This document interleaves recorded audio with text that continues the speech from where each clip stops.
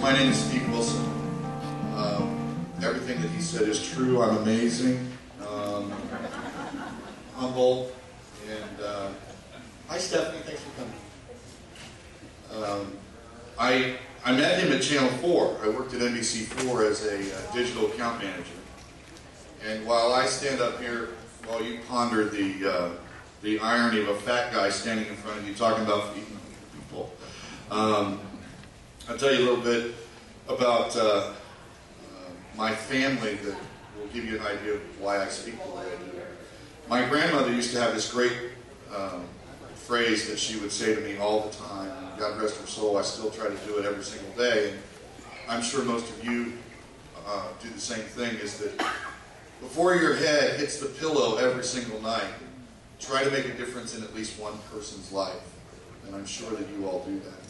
And that's what I strive to do. And the other thing is, my father always said that when you stand up in front of people and you're nervous, you should tell jokes and try to get them to laugh. Or he said, drop your pants, or whatever it is you can get them to laugh at you. And I'm not going to do any of those right now, because the only one I have is a Tom Brady joke about footballs, and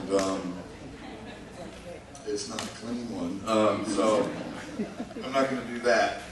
But I will say this to you, is that my speech pretty much could be titled that we are all in this together.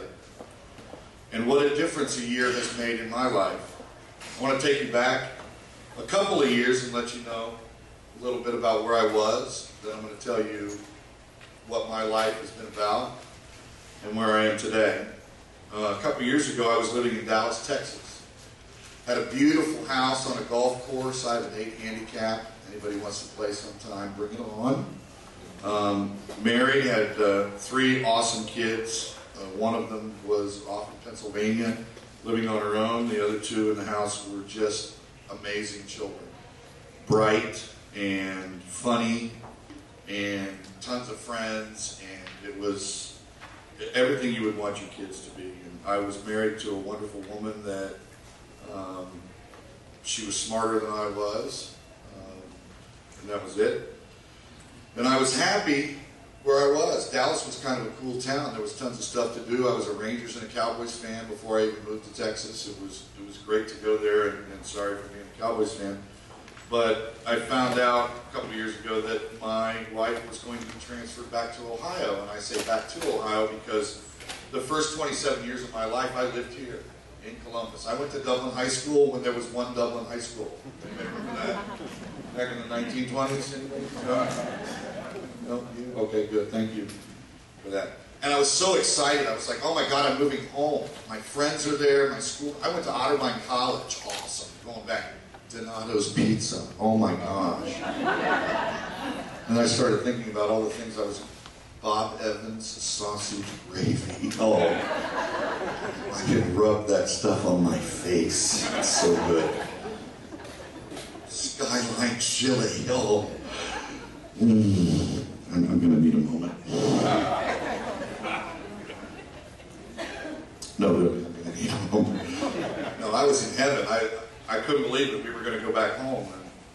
And before we left Dallas, I quit my job. I was working at CBS Radio, and I quit my job a couple months in advance so that I could help pack and get the kids, mentally prepared to move to Ohio. And I started feeling kind of weird, and I'd been feeling weird for a while, different things, but I was just tired all the time. I mean, literally all the time. I would get up, 5 o'clock in the morning, shower, shave, put my clothes on, go to work, and by 2 o'clock in the afternoon, all I wanted to do was take a nap. That's all I wanted to do. And so after I quit my job, I went to the doctor, and I said, look, I want to give you this list of symptoms I have, and I want you to tell me what's wrong with me. And he said, well, besides being a nutbag, you're probably got something else going on. Let's figure out what it is. So I said, I have headaches, I have joint pain, I have short-term memory loss, I was having heart palpitations, my skin was dry, I had short-term memory loss. Thank you for laughing at that. Greg. And so the doctor said, we're going to test you for 2 things. Number 1, we're going to test you for what? testosterone. Thank you for the voice in the back. And the other one was your thyroid. And I was like, oh, okay, I don't know what that is, but let's do it. So he takes the blood and they do the test, and the testosterone level comes back and it's like off the charts. And I went, well, look, come on. Look at me. Okay. He said, but your thyroid, we need to talk about it. I said, okay, well, let's talk about it. Why don't you tell me what it is? He told me that it was, your thyroid basically is the thing that, you know, regulates everything in your body. It sends out messages and things to make your heart work right, and your lungs, and your skin to be soft, and your hair not to fall out. And your thyroid is very, very important. And yours is gone. And I went, gone like on vacation, or gone? And he said, it's a 0. So when you get to Ohio, find an endocrinologist, which I thought was an easy task. How many people in here have diabetes? Anybody? An endocrinologist, 97% of an endocrinologist patients are diabetics. The other 3% have thyroid conditions. How hard was it for me to find a doctor's appointment for an endocrinologist? Impossible. It took me 6 months to find one. But in the meantime, I still had all these symptoms. I had short-term memory loss. I can't remember the other ones. And it was stressful. And stress sets off your thyroid massively. It was stressful for my marriage. We fought all the time. It got worse. My paranoia took over. I couldn't remember things. I couldn't remember where I would keep my wallet or park my car. I couldn't remember my brother's name for a while. And I would just get exasperated. Deteriorating was what I called it to people. And I got weaker. I would need 2 naps a day now because I was just that sick. Finally, I found a doctor, and literally the day I found the doctor, it was too late. My wife had had enough at that point. I had pretty much run her off because I was sick. And I very clearly remember that when we got married, there was that part where you say in sickness and in health. And I remember I said it. I just can't remember if she said it or not, but she did apparently subscribe to that line. And even though I begged her not to, we separated. I was back in Ohio. I was happy. I was so glad to be here, and the weather was better than 1,000-degree Texas. I was just happy to be home, and now everything was starting to fall apart. I quit my job at CBS to move back. I had emptied my 401k to buy a house that I did not want. I didn't want that house. I wanted another one. Thank you. You've been there, huh? Me twice. I'll tell you the story about North Carolina some other time. But my irritability made me paranoid. It made me sicker. It just exasperated everything. So I was without a place to stay now, and I stayed with a friend for a couple of weeks and was going to my doctor virtually every day because they couldn't figure out what was wrong with me until finally one day they called me and they said, can you come in an hour? And I was like, uh-oh. And my thyroid problem had turned into thyroid cancer. So I was basically homeless, no job. I didn't have any money. I was sick. My marriage was over. I was at the end of it all. That was a pretty bad week. And then I started to think about how in the world did I get to this point? I'm not a bad guy. I mean, you guys have heard me talk for 5-10 minutes now. I'm not bad, am I? I'm not a jerk. I pretty much tell it like it is. If you want to know, I'll tell you. So I looked back, I literally sat down and I went, I gotta figure out who I am. I don't want to be cancer guy, and I don't want to be divorce guy, and I don't want to be homeless box guy living in a refrigerator box guy. I don't want to be those guys. I want to be me. I want to be the guy that I wanted to become when I grew up. And so I reflected on my life, and I've had an amazing life, guys. Amazing. I started off in radio here in Columbus back in 1983. I was on 92X FM. If anybody remembers 92X, with Stereo Quad Susie Watt. She is a very dear friend of mine. I worked at WNCI. I worked at Sunny 95. I became a program director and traveled across the eastern part of the country, going to Pennsylvania, working in Philadelphia. I worked at a station called KC 101 in New Haven, Connecticut, and I've been on the air in New York City. I have had dinner with Bruce Springsteen at his house. I have introduced the Rolling Stones at Madison Square Garden. I have played tennis with Elton John.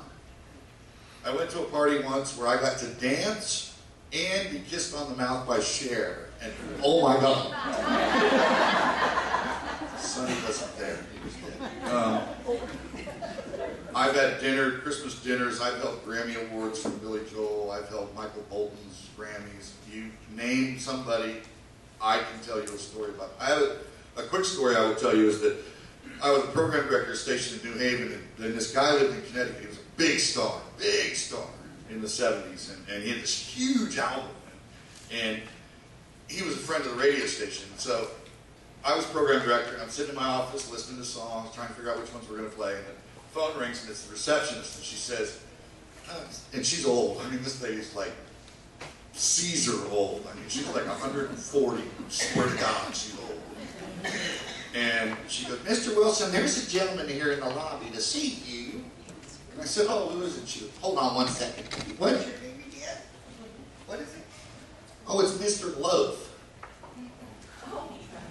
And I said, what? She said, I'm sorry, what is it again?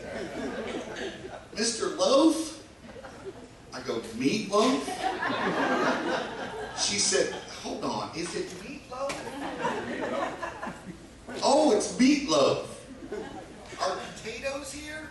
I swear to you, she said. By the time she's having this additional conversation, I am halfway up to the reception area, and there's Meatloaf sitting in the lobby. And he wanted me to play his new song that we did, and it went to #1.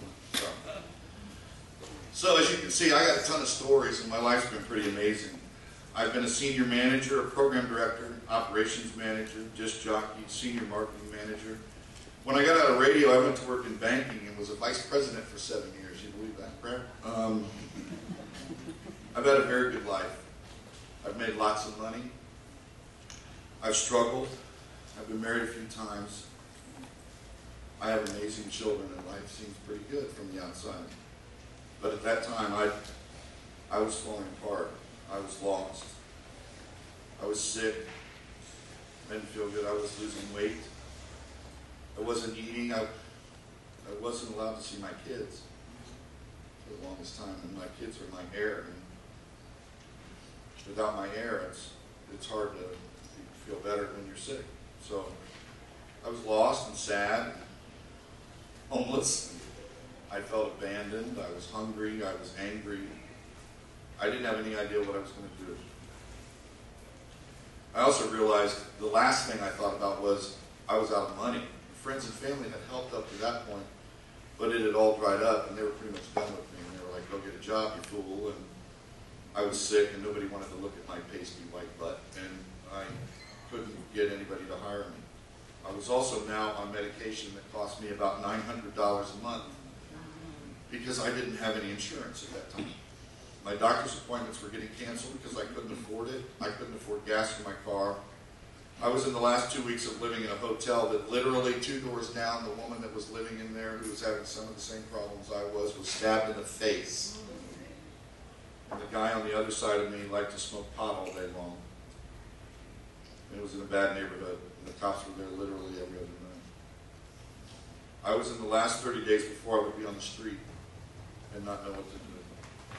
So a friend of mine took me to lunch one day, and he asked me when was the last time I ate, and I had figured out that it had been about 6 days since I'd had any food. And the reason why was because I couldn't afford it. And so he said, have you thought about going to the food bank? And I said, no, that's me. I can't do stuff like that. So we talked about it for a while. I swallowed my pride, and I went to the food bank around the corner in Upper Arlington. Call them pantries, don't you? I walked in, and I was ashamed. I was broken. I couldn't believe my life had come to that point. I was a superstar my whole life, and I couldn't figure out how I'd gotten there. How was I going to come back from this?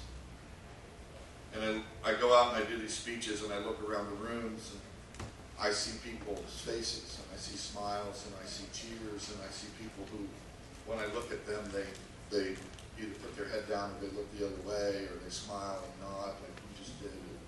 And you can tell who's almost in the position I was that almost 2 years ago. I can tell when I go into these rooms who's just one really bad day away from needing the food pantry and the food bank and everything that you guys do every single day, making a difference in one person's life. That day in Upper Arlington, they made a difference in this one life, and I am thankful for that. They treated me with respect. They didn't ask me about my story. They didn't ask me anything. They just said, "You're hungry, we have food, here you go, eat it." And then they shoved it down my throat. No, they didn't. It never made me feel like I was a failure, which I was at the time. They smiled. They helped me fill a bag with some food, even offered some more when I said that was enough. I had to go back one more time after that, as I started to get some traction in my life.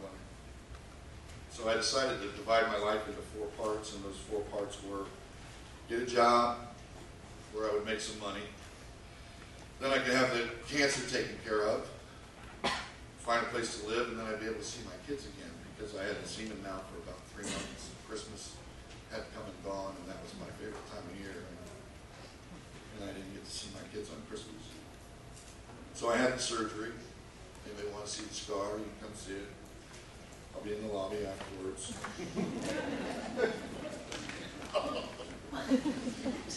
And so I'm laying in the hotel thinking about, I got to get a job, I got to get a job, I got to get a job. And the phone rings and it's NBC4, here for you.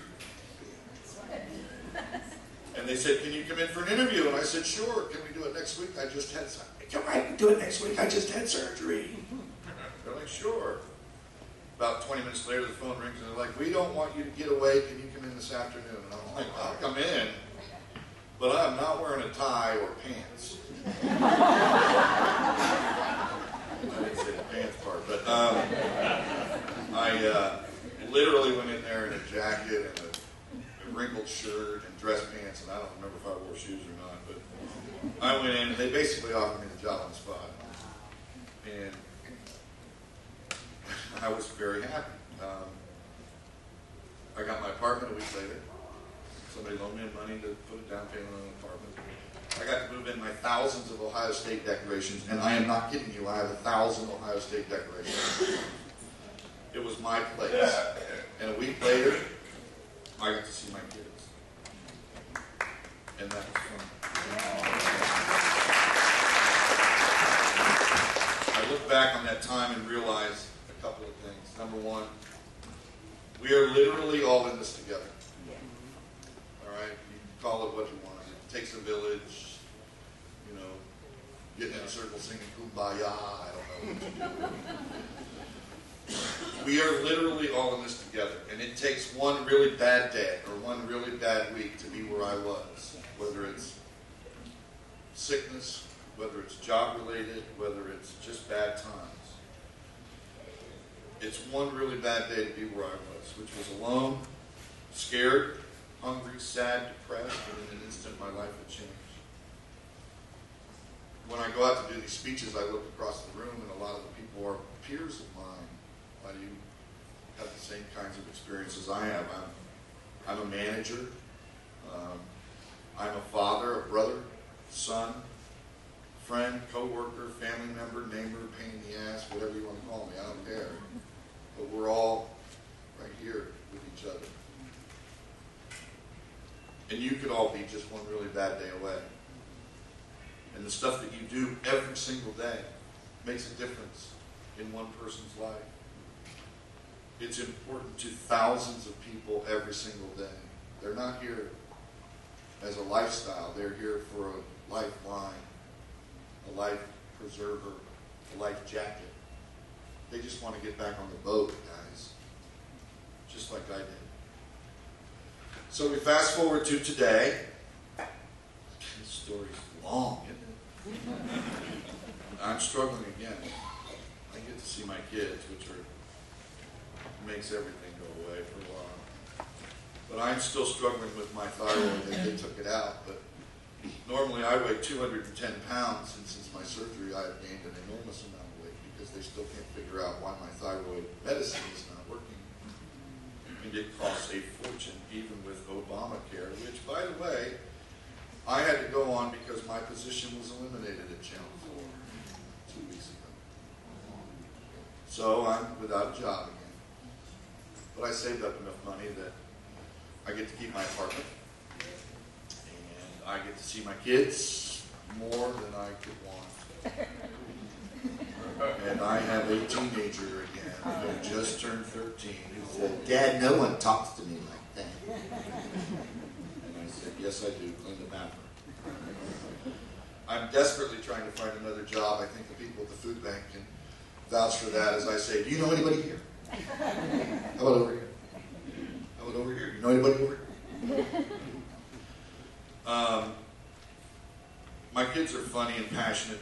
They have straight A's. They're all the great things that you want, and they really are my everything. Other parts of my life, I just have to laugh at. I get up in the morning and I'm like, "Okay, God, what's the challenge today? Have somebody steal my car? Oh, it's my wallet. Oh, I have my wallet. Okay, I'm good." But I always think there's one more thing. It's either the health, or it's the car, or it's I got turned down for this job. Last week I got turned down for 9 jobs. 9 jobs. And I'm qualified to do anything, literally. But I didn't make it. And I would not have made it if it hadn't been for these folks. And you, every single one of you, what you do, making a difference in people's lives before your head hits the pillow every night. It's a big deal, guys. It really is. You may not think some days that you make a difference, but it made a difference to me, and I don't know, I haven't seen the people. I know that I would recognize them if I saw the folks from the Upper Arlington Pantry. They wouldn't remember me, but I sure as hell would remember them, because they didn't treat me bad. They treated me like we were all in this together. They treated me like we really are a family. This, it's not about color or where you are in your life or your age or your disability. And think about it, it's a huge cross-section of people. So somebody told me a story last week about someone being mad about a BMW with a husband and wife and 2 kids getting out to get a BMW getting out to get food at a pantry. You don't know their story. You know what? Those people were living in that car. You don't know that story. You don't need to know. Somebody shows up, you give them food. That's what they came for. They didn't come for a lecture. You give them food.